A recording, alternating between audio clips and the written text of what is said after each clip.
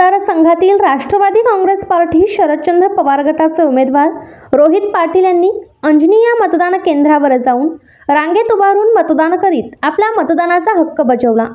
त्यांच्यासोबत माजी आमदार सुमनताई आराराबा पाटील उपस्थित होत्या।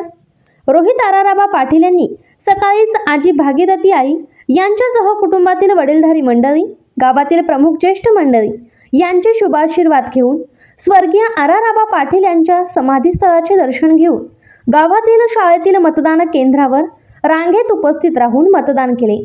रोहित पाटील यांनी आपल्या या विधानसभेसाठीच्या निवडणुकीत पहिल्यांदाच मतदानाचा हक्क बजावला आहे। त्यांच्यासोबत त्यांच्या मातोश्री तासगाव कवठे महाकाळच्या माजी आमदार सुमनताई आराराबा पाटील यांनी सुद्धा रांगेत उभारून आपला मतदानाचा हक्क बजावला।